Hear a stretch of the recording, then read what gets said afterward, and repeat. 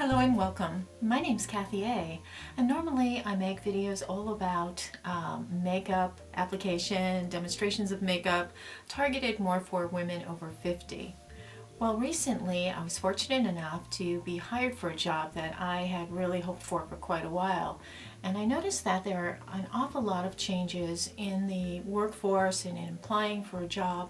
The whole process of interviewing and getting a job is completely different from anything that I've known in the past. And I just thought that I would kind of share my experience with you, and maybe you can use some of my experience to help you along with your journey into the work world, whether you're going back into the workforce after raising kids or helping with an elderly parent, caregiver, or if you help and take care of your grandchildren, whatever it is. If you've been out of the workforce for a little while, you actually may like some of the stuff that you learned today.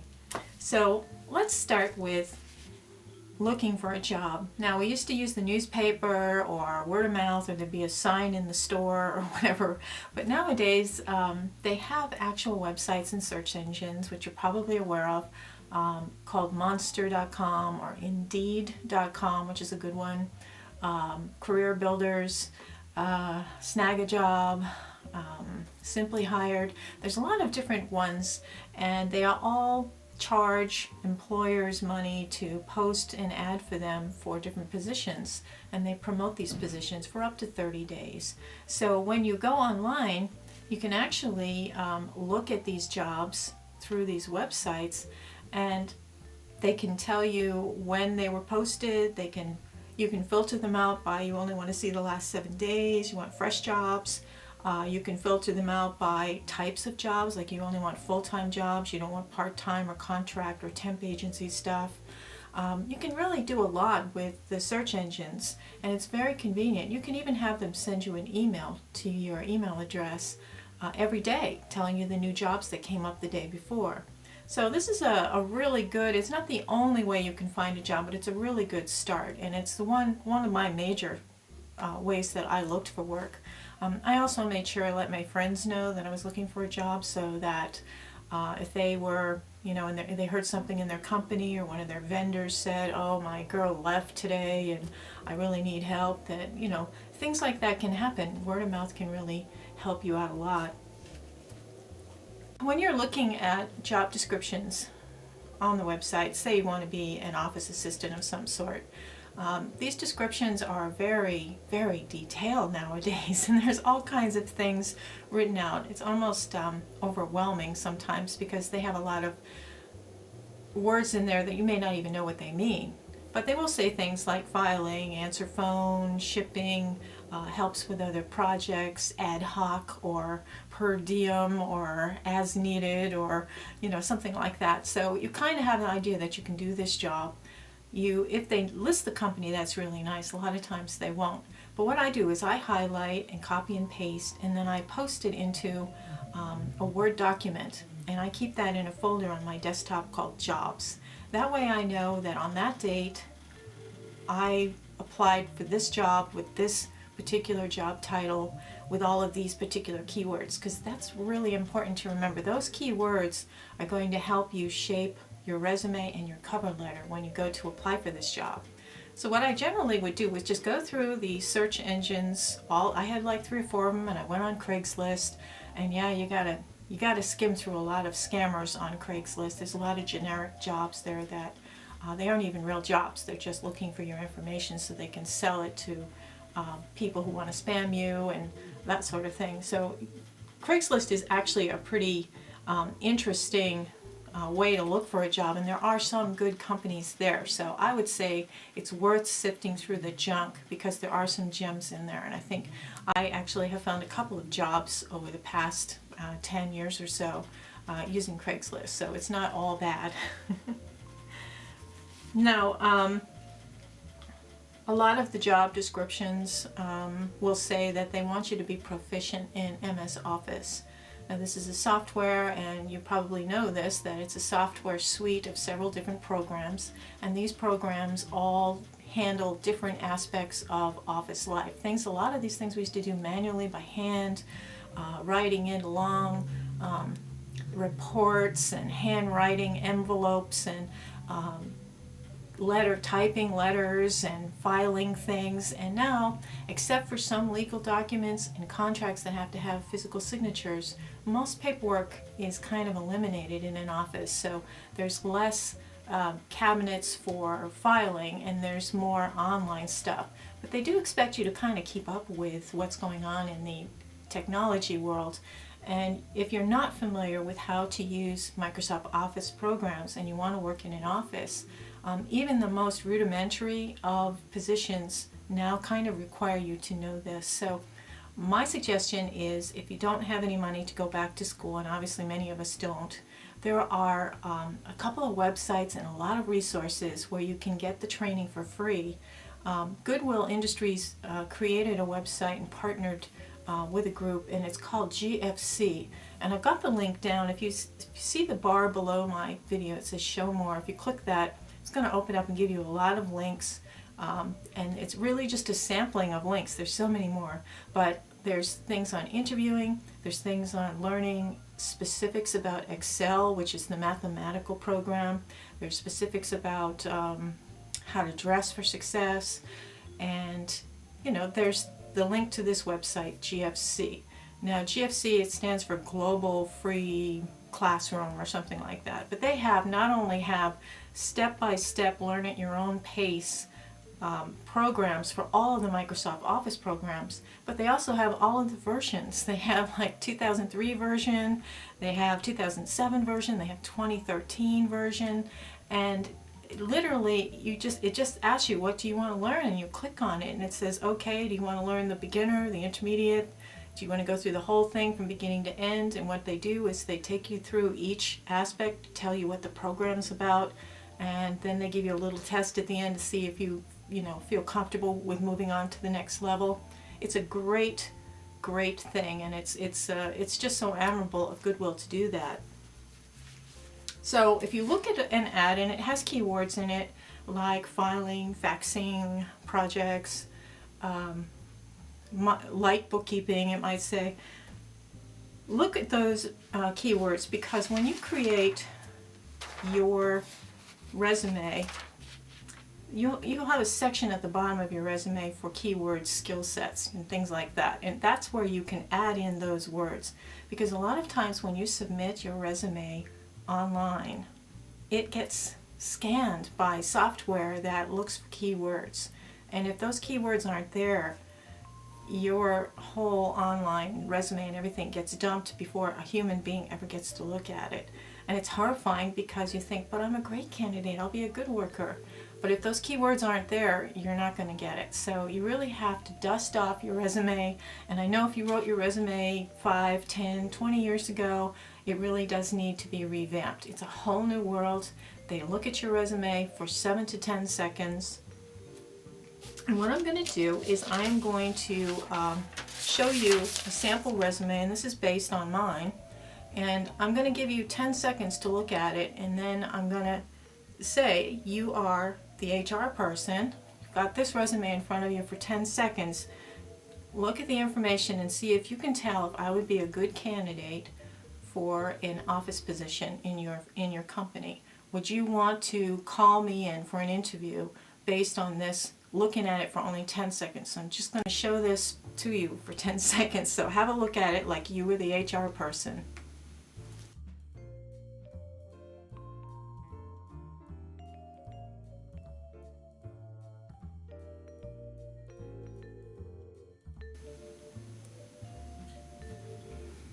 Okay, so, you saw some basics. You saw my name, you saw my phone number, you saw my email address, you saw that I lived close by to your business, the city and town and zip code. I did not put my street address there, and that's because if I submit this to somebody on Craigslist who I don't know, I don't want them to know exactly where I live, especially if I live alone. I don't want that information out there. I'm going to be filling out an application of some sort anyway later on, or you're going to have to fill out an online application with this company, so that information can go in there at that time. But all they need to know is actually the city you live in and the state you live in. And they just like to know how far away from work that you are, if you can handle the commute, if they can rely on you in a snowstorm to get to work. The phone number is very important, and the email address, you should have an email address that is only for job search. You shouldn't use your own personal email address for job search stuff, because you're going to get a lot of spam. You're going to get a lot of notices from Monster, from Simply Hired, from Snag-a-Job. They're going to bug you to death. The educational institutions are going to send you stuff. You're going to get those spammy kind of mails from people saying that they're the queen of, you know, Sheba, and they have all this money they need to get out of the country, and could they put it in your bank account and just take some of it out because, you know, they can't get it out of the country, and, you know, that kind of mess. So I don't know if anybody ever falls for that, but you just want to avoid getting that in your regular email. And also too, when you're checking just your work email, everything's all very, very organized, and all of the emails you get in that particular email account are just going to be to do with jobs. That will also help you if you're collecting unemployment insurance benefits. For if they ask you randomly, they do ask you for, I got one actually. They wanted to know the job search for one particular week. They wanted every day's job search, who I applied to, who I spoke to, what happened, that sort of thing. So you're going to want to have that in your, save those things in that email account, but it's just strictly for jobs. And that way it'll be a lot easier for you.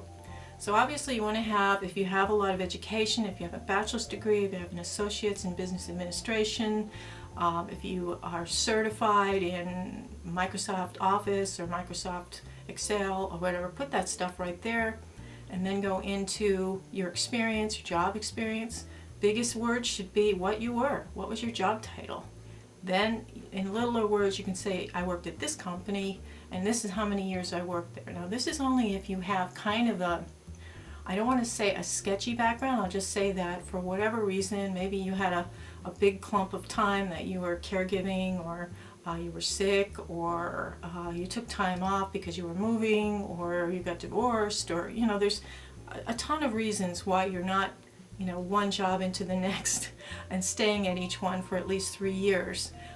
If you have a situation where better jobs were more in your past, I would do something like I did, and you could just list all of the jobs that pertain to the job you're applying for up front. They don't need to know that you were also an innkeeper somewhere between this one and this one.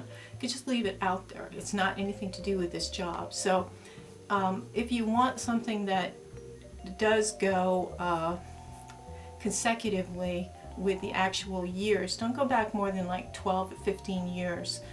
You don't want to appear to have redundant experience, because anything that's like, well, I've been at the same company for 30 years.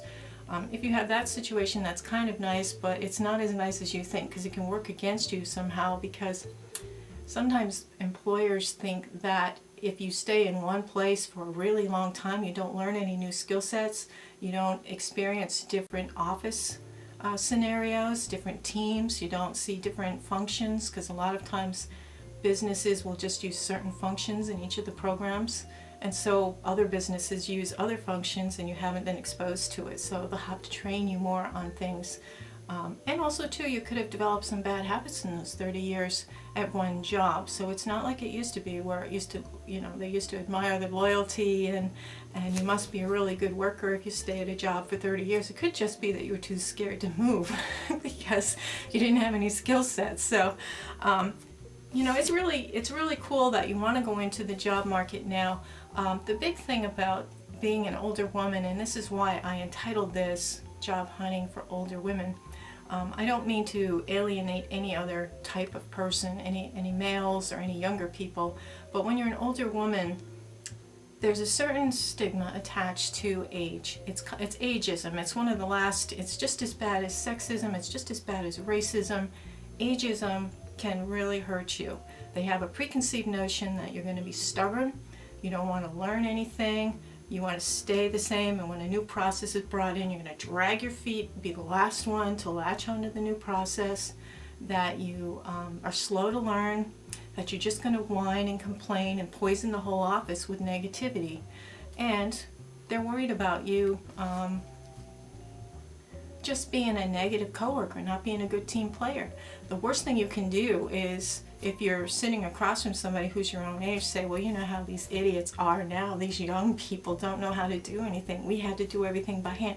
You can't complain. Everything has to be positive, moving forward, and embracing technology. You have to always be a positive person. I mean, without being robotic about it, you have to be, your mindset has to be about change and progression. It can't be about the past. The past is gone. So now that you've got your resume done, you can do it in consecutive order, or you can do it like I did, where I didn't list dates. I just listed that I have a year experience doing this, 4 years doing that. They aren't necessarily in consecutive order, but this is not what gets me the job. This resume gets me an interview, and the interview is the most important part of this whole process. But I don't get the interview if they're not interested, and they have to be interested from a 7 to 10 second sweep of my resume that I could at least have the functions and qualifications to come in. If you notice that that objective I have at the top, I didn't write objective next to it, but that's my objective, and it's a real nice sell line. It's selling me to them. It's making my resume stand out and have a little bit more life to it than the other resumes that just list all the stuff in sequential order.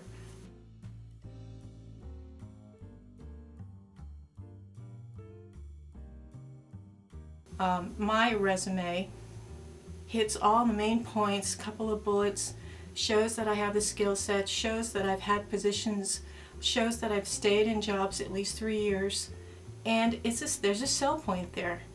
And I live close by, and I have a very neat, make sure grammar is done correctly, make sure there's no typos. That can really kill it. When I was an office manager and I used to actually do interviewing myself, I'd look at their resumes and they'd say detail-oriented or whatever, and they'd spell oriented wrong. Or there'd be big spaces, or there'd be 2 commas after something, so obviously they were cutting and pasting and didn't double check. Look at every single line of your resume, and then if you're living with somebody, or if you've got a close friend or relative, have them look at your resume. Have them read every line. They can find, oh, do you know you misspelled this word? Or do you know there's a big space after this word, and that, you know, it's not like all the other spaces? Is this word supposed to be spelled like this? Is the company address right? It doesn't look right. You know, there's just little things like that that will really make, those are the little details that will really set you apart in the job hunt with your competition anyway. Now you do need a cover letter, you do. This is your selling point. This is the thing that pulls them in. This is that trailer for the movie. This is you. And so it's really important that you show enthusiasm, you sell yourself, you're interested in this job, you want to work for their company, it's personalized to that position, to their company, and you are going to be a great asset to them. So you are going to put a PS at the very bottom that says, give me a call at your earliest convenience and we can talk about this position because I know I will be a perfect fit. Well, this is enthusiastic, this is energy, this is positive, and you're selling yourself. Most cover letters are pretty boring, so you really have to stand out there. So here you have a good resume, shows you have all the functions of the job. You have a good cover letter, that's your trailer, your movie trailer, a good selling point for you, so there you go, you're on your way. This is a representative cover letter, similar to the one that I have, just to give you an idea. I mean, don't copy it word for word. I hate to think there'd be 100 people out there sending my cover letter out to everybody, but this is something similar to what I write. And the letters that I have bolded out, I would normally just put in with the regular text with their company information. It would be, I'll be a real asset to your company ABC's team, to company ABC's team. The position of administrative assistant is perfect for my skill sets and interests. You know, dear Mrs. Smith or dear company ABC HR manager, my name, you know, you just want to personalize the cover letter to them and to that job. Don't make it just a generic cover letter like I want to better myself with this job and help your company make money. I mean, it just, make it personal. Make sure you identify the job title, make sure the grammar is correct, everything's spelled right, and it's got energy and enthusiasm to it.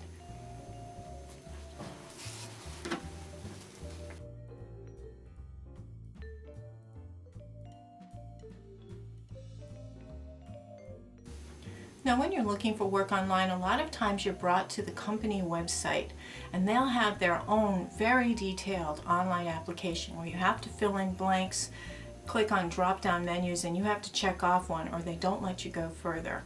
But they do get tax breaks if you are within a certain age, if you have a disability, for some reason if you're Hispanic in origin, there's some kind of credit for that. If you've been on welfare, if you're a veteran, so they will have you fill out all these special self-identifying kind of forms so that they can get tax credits if they hire you. Also on an online application, again, they're going to ask you for references. Make sure you have current references who remember who the heck you are. Don't just put down people you work with that you're sure will remember you and think you are a great worker. Not everybody's going to give you a good reference unless you've talked to them and you know them and they're friends of yours and you trust them. They sometimes want references that aren't your previous bosses. So coworkers are great. It's always business oriented. I wouldn't get my best friend from next door to be a reference. I would have somebody I worked with be a reference. It would be nice if you leave a job on good terms if you could get a letter of reference from the HR person there or from one of the managers there. That would be great. So they oftentimes will have little tests built into their online application system. Sometimes there'll be minor things like personality quizzes. They will give you lists of words and say pick 5 words out of this list that represent you. And then you'll click, the 5, and then you'll click go to the next page, and it'll say, okay, now click 5 words that you think people expect of you. So you have to go through, and they're not in the same order, so you have to kind of find whatever words they were. Then there might be other tests like prove it tests. They may send you a prove it test. They'll say, thank you for your interest, we would like you to take these tests, and then we will call you for a phone interview on such and such a date. The prove it tests are actual, interactive, and I think they use Java or something, but they take over your computer with kind of a virtual game. You feel like you're on the actual program. So prove it actually means, do you know this? What level are you at this particular type of software? So they'll send you a word prove it, and it'll have basic word functions and what you click on first and how you go about doing the little tasks they say. It'll be simple things like change the text in the highlight to this font, or change the size, or make the make it all left-hand margin, or center it, or delete this part. They're very simple little tasks, and then they get a little bit harder. So they just want to see what level you are at in each of these software programs. There's also, some of these prove it tests have to do with business situations. So they will say, if you are in this, what do you do? There might be some light mathematical tests. If somebody gives you $1 and the item costs 79 cents, how much money do you give them back?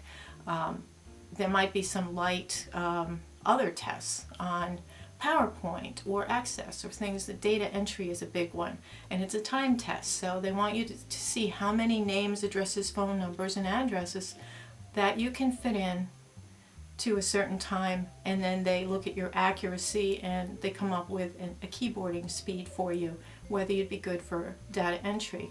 Now, a lot of temp agencies, employment agencies will do this kind of thing before they sign you on, because they want to know your actual skill level. I mean, you can say you're really good with Word, but if you can't do these basic functions, then they're not going to put you in a position where you have to know that intermediate or advanced level of Word.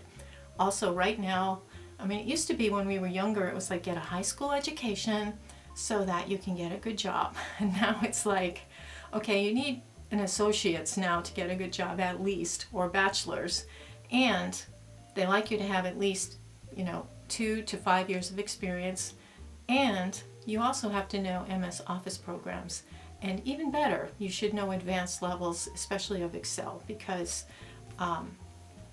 pivot charts and VLOOKUPs and more advanced levels of Excel can render information that's important for managers, especially depending on the business or industry. Excel can really give good reports that will be accurate for them as far as figuring out what the cost is, what their budget is. It's very important. So if you really want to up your game and really be a good employee and a good candidate, you really need to up your skills, especially in Excel and Word. And you also have to be a good office worker, a good team player. One of the most fun jobs I ever applied to was a pharmacy technician for CVS. I actually did get the phone interview, and then I did get a personal interview, and then I found out it was only $10 an hour, so unfortunately that's where that particular journey ended. But when you go online to take the CVS online application, they have a virtual game. It's kind of like a game. You pretend to be the pharmacy technician, and they give you situations, and they give you 4 answers, and you have to choose which of the 4 actions you would take to resolve the situation they explain to you. And also they'll have you count how many shampoo bottles are on the shelf, and if the code number is correct to the one on their question, is the sale price correct, is the first retail price correct. It's just fun. It was just a lot of fun to take that.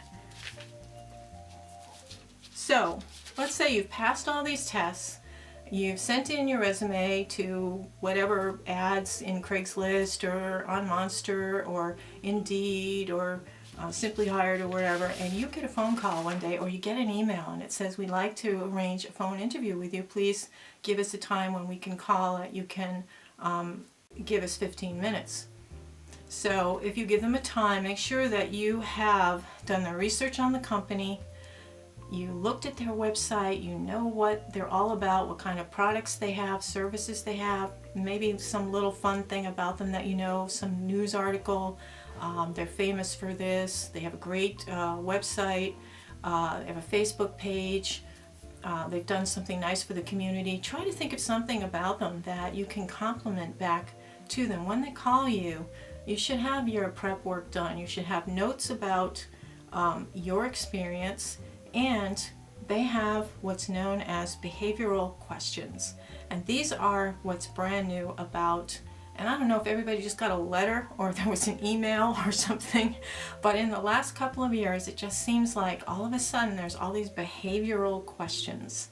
And these are questions that are situations. They want to know specific instances in your work history where you did something. You have to tell a story, and it has to be specific. So the questions are like, tell me about a time when you helped out a coworker. They don't want you to say, oh, I'm always helpful. If somebody drops something, I'll go over and help them. They don't want that. They want a specific situation, and they want to know how you handled it and what happened afterwards. They want to know what the results were. If somebody was having trouble with a project and you went over and helped them, you have to give them a specific example with details. You know, Johnny broke his leg and he was in shipping. So at lunch, I went and helped Johnny pack up stuff, and I moved it for him over to the shipping area because he couldn't do it himself, and he didn't want, you know, it to hurt his job status. So after I did that, he was so grateful. His wife sent me cookies the next day. So that is what they call the STAR answer. And STAR is a method of that story, creating that story. The S stands for the situation, what exactly specifically the situation is. The T is the task. What is the task that you have to do? A is the action that you personally took to resolve this situation, and R is the results. It's what happened after you did this action because of the situation.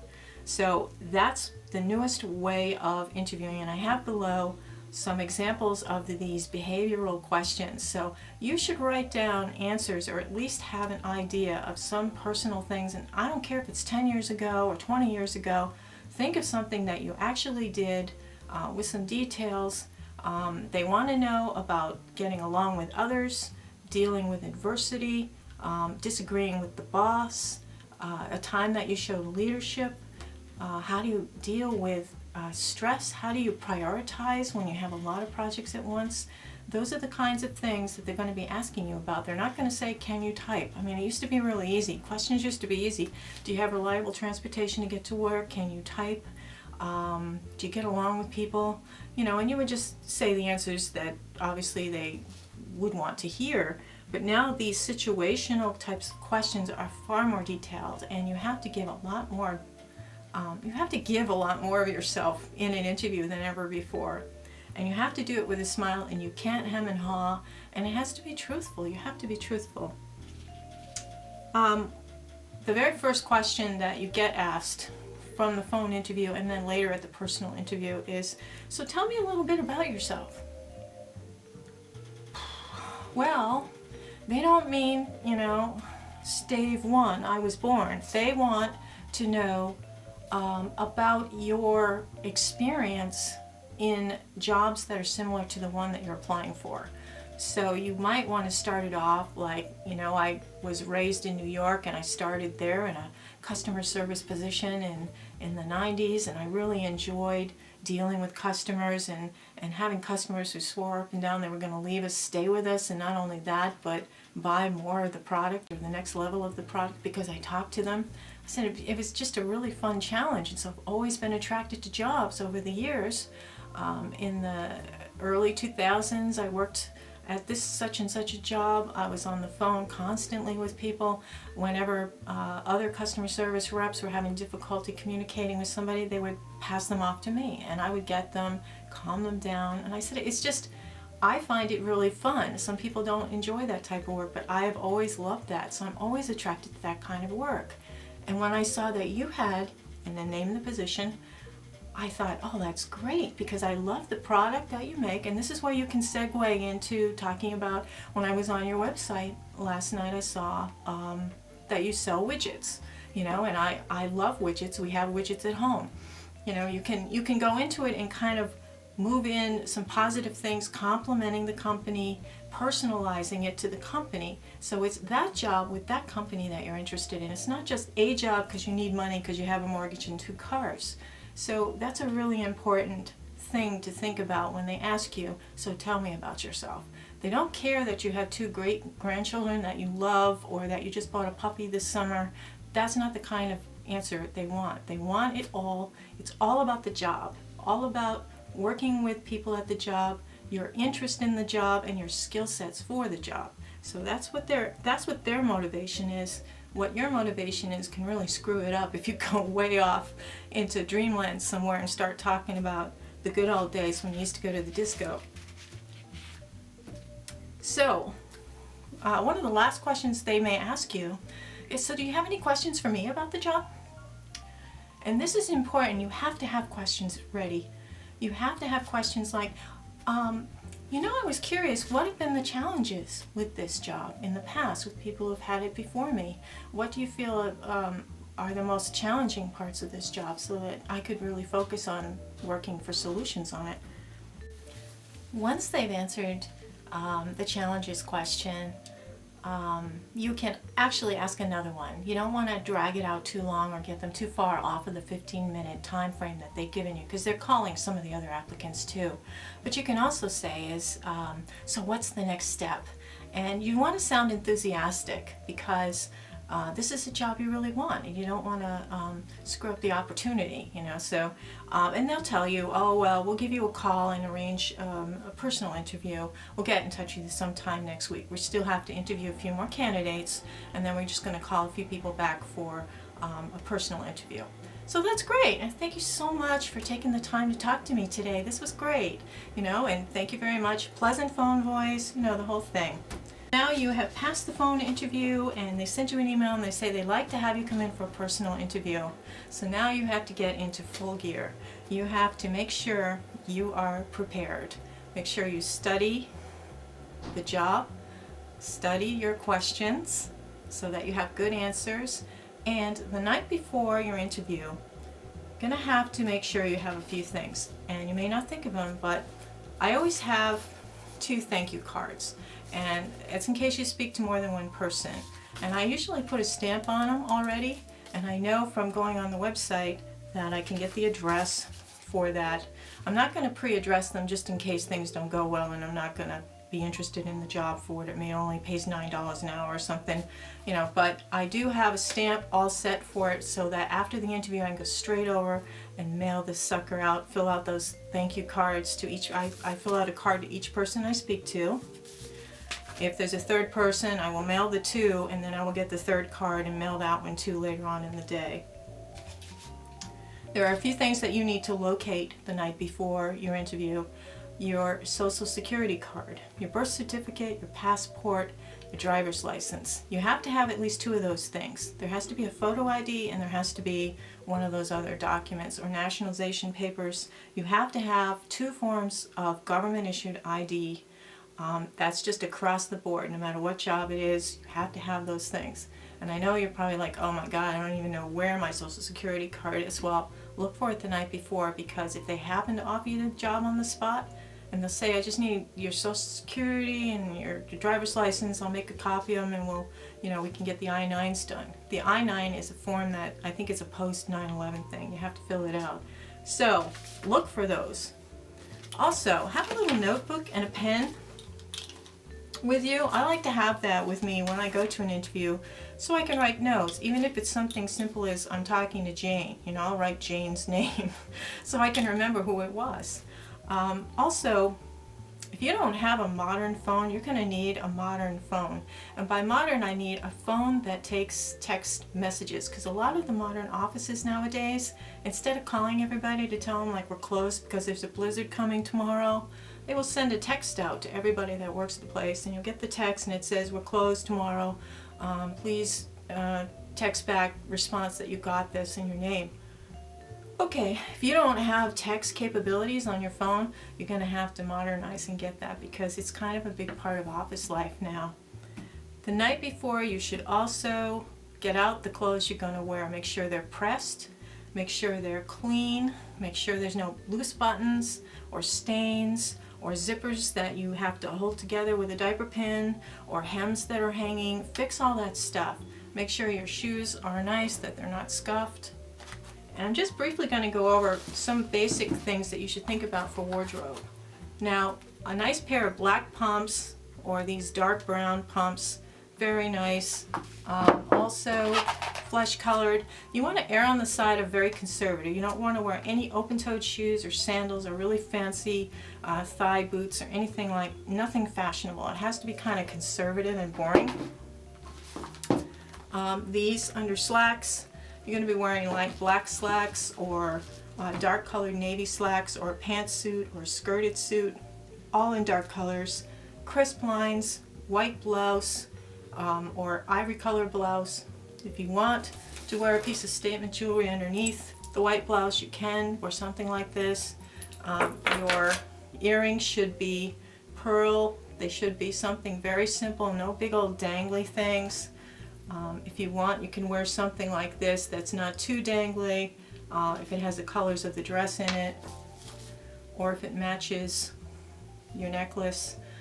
You can wear hoops, small hoops, and then something like this. Something very subtle, slightly fashionable. You don't want any big old dangly, gypsy looking things. For clothes, I'm just going to start up. I'll show you what I wore to the interview where I got the job.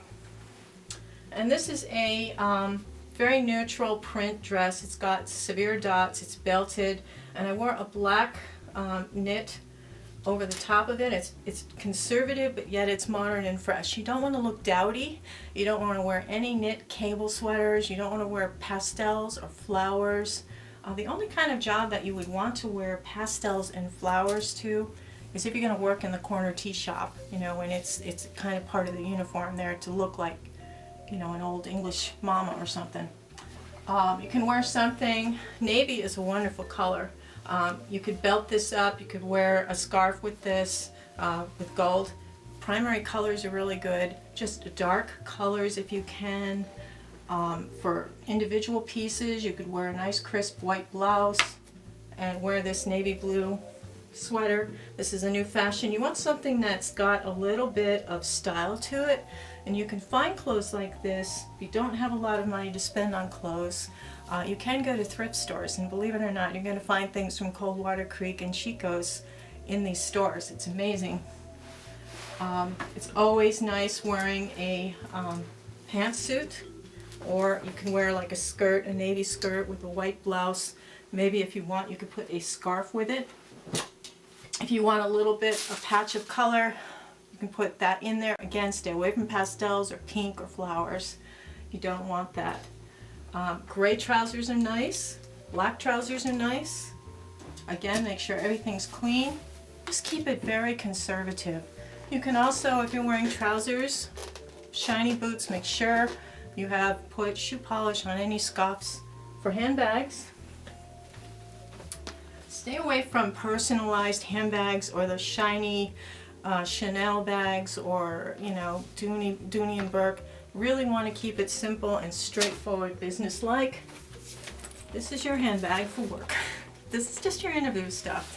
I mean, you may have other things that are in colors, that are more interesting designs. You can bring your nice purse to work afterwards, but for the interview, it's got to be business. You can fit all of your paperwork in here, your wallet, your pen and paper, your glasses, a tissue, and God, please don't forget this. Your mints. These things are very, very helpful, and bring a lint brush. You may have a dog, and you got everything all brushed off, and then you get in the car and all the dog hair that's on the seat in the car gets on your coat. So make sure you have all of this done. Keep your makeup simple, keep it more natural looking. Don't wear a lot of really loud colors, don't wear a really bright lipstick, anything that will distract them. Make sure you've got your face well moisturized so they're not seeing all cracks like the Mojave Desert on your face. And make sure everything looks neat, you don't have anything in your teeth. Check in the mirror before you get out of your car that your look is fine, that you don't have smears under your eyes, that your makeup is nice, it's fresh, but it's not overdone. You have to realize that it's not a Match.com date. It's not a speed lunch for dating. You're not going out with this person. You're not going to try and seduce them. You're trying to show them that you're a good worker who's they're going to hire to work for you and do the functions in the office. This has nothing to do with you personally and them personally. You're not going to have a relationship. You want to get there 30 minutes early. You don't want to walk in there 30 minutes early. You want to get to the parking lot 30 minutes early. This gives you a little bit of breathe time before you actually have to go in. Take 15 minutes to look at your notes. Make sure you have 3 copies of your resume. Make sure you have a list of all of your jobs, the dates, and 3 references and their information with you. You're going to need this because if they want you to fill out an application while you're there, you're going to need that information, and they're going to ask for exact dates here. They're not going to go by your resume is not a legal document. It's just a document that you created to show off what you know.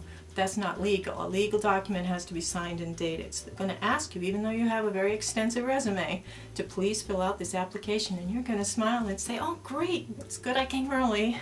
And you're going to be very enthusiastic and happy about it because everybody's watching you. Everybody's watching how you react. You're going to be very nice to the receptionist. You're going to shake her hand and say, hi, my name is Kathy A, and I'm here for 10 o'clock with Sand. I'm so sorry I'm a little bit early. Wasn't sure how the traffic would be. And then let them take it from there, and they say, oh, fill out this application. Do not chew gum. Do not wear perfume of any kind. And make sure you have a pair of glasses with you. Don't necessarily wear them. I call this my middle-aged tiara.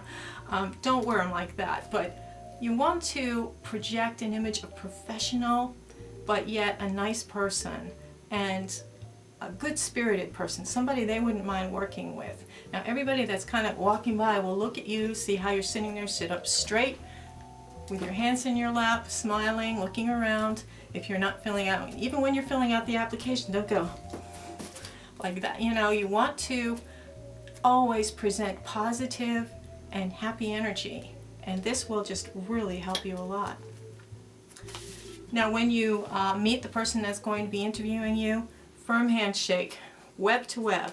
None of this wussy girly stuff.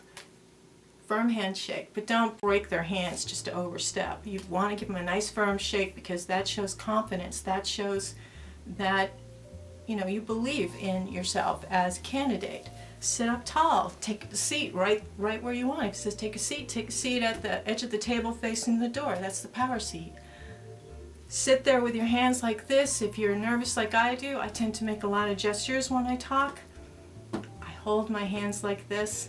I have my notebook and pen out. John is his name. I'll write John down here. I have that sitting. And they'll say, hey, how you doing today? Tell me a little about yourself. Well, I've already done my research on these questions, so this is going to come out a lot easier than if he springs it on me when I've just walked in there. And a lot of the other applicants that are coming in for this job are not so well prepared. So he's going to ask you a lot of those same questions. He may say, so why are you leaving your last job? Have a good answer. And don't make it, I didn't get along with my boss. Make it, well, I saw that this opportunity came up and I really thought that, compared to the position I was in, there weren't really that many challenges. I didn't really have any good mentors.